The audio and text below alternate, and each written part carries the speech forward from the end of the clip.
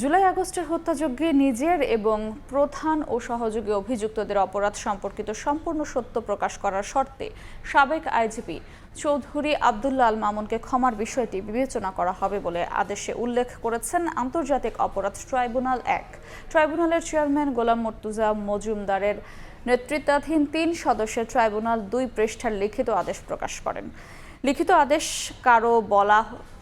আদেশে আরও বলা হয়েছে, মামুনের আইনজীবী রাজসাক্ষী হওয়ায় তাকে ক্ষমা করে দেওয়ার আবেদন জানানো হয়েছে। তবে ট্রাইব্যুনাল মনে করেন, সাবেক আইনজীবী চৌধুরী আব্দুল্লাহ আল মামুন যখন অপরাধ সম্পর্কে সম্পূর্ণ সত্য প্রকাশ করে এবং প্রধান অভিযুক্ত ও সহযোগী অভিযুক্তের অপরাধ সম্পর্কে তার জানা সমস্ত ঘটনা প্রকাশ করবেন, তখন ক্ষমার বিষয়টি বিবেচনা করা যাবে।